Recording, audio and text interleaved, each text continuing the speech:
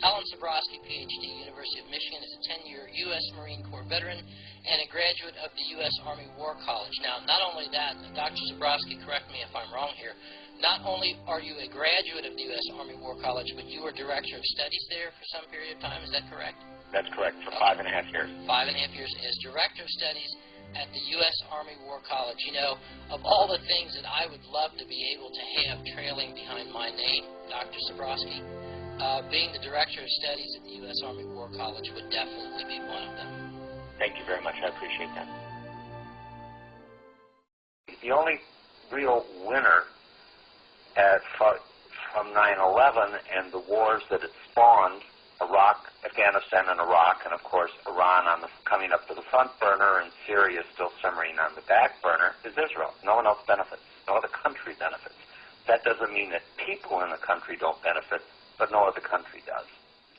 What we need to stand up and say is they did 9/11.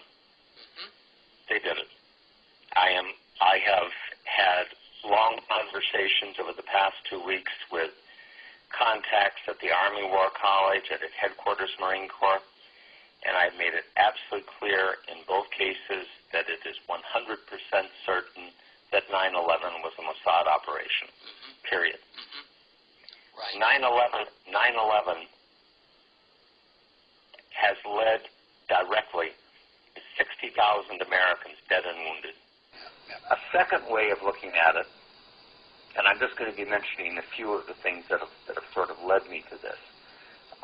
A second thing is to look at the requirements for the conduct of this type of an operation. I mean, even taking the U.S. government's case,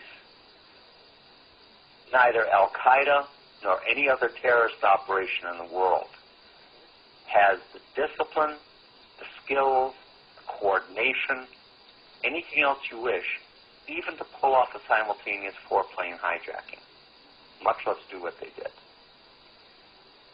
Well, Third, there's WTC-7, the collapse of the third tower.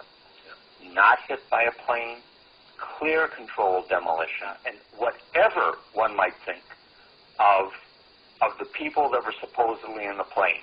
And let's buy the USG case for a moment. Let's say they were all there. You know, that this was a 4-plane hijacking, and they decided to do it. There is no way in the world they could have had access to a single WTC building, much less 3 of them, to wire them for demolitions and bring them down.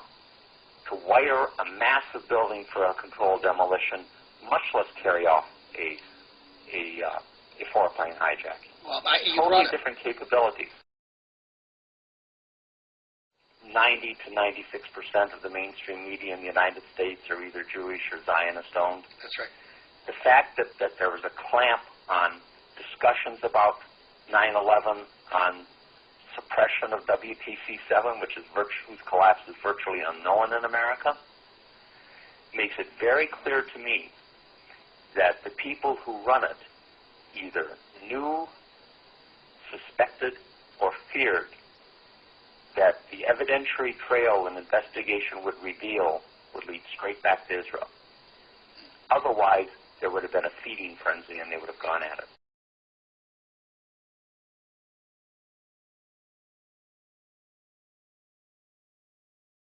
The services, all of the services, have their own newspapers, they have their own professional journals, widely read, well thought of, none of which is subject to the censorship and control that the mainstream media is.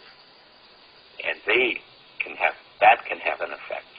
There are like 27 million veterans in the United States. The Veterans for Foreign Wars, the American Legion, each of the services has a veterans organization like the Association of the U.S. Army. There's money there, there's votes there, and as someone wrote about a week ago, you know, if you want to talk about the true 800-pound gorilla in the American lobby system, it's not AIPAC. It's the American military and the American Veterans Organization. And if they ever get energized, that's where you can do it. Crystallize their opposition. That's where Congress suddenly changes. This is a critical year. The next 3 to 4 months are going into an American congressional election year.